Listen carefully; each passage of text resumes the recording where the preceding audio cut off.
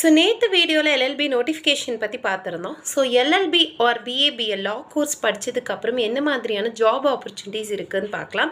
So யூஸ்வலாக வந்து job opportunities அப்படின்னு சொல்லும்போது நம்ம ப்ராக்டிசஸை தான் யூஸ்வலாக சொல்லுவோம்.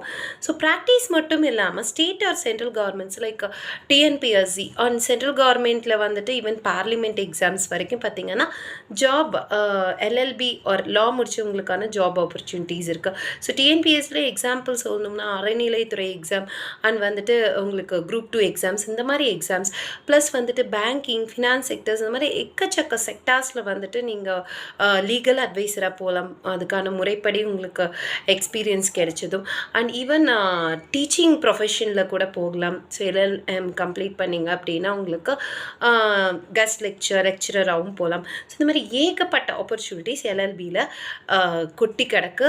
ஸோ நீங்கள் எல்எல்பி படிக்கணும்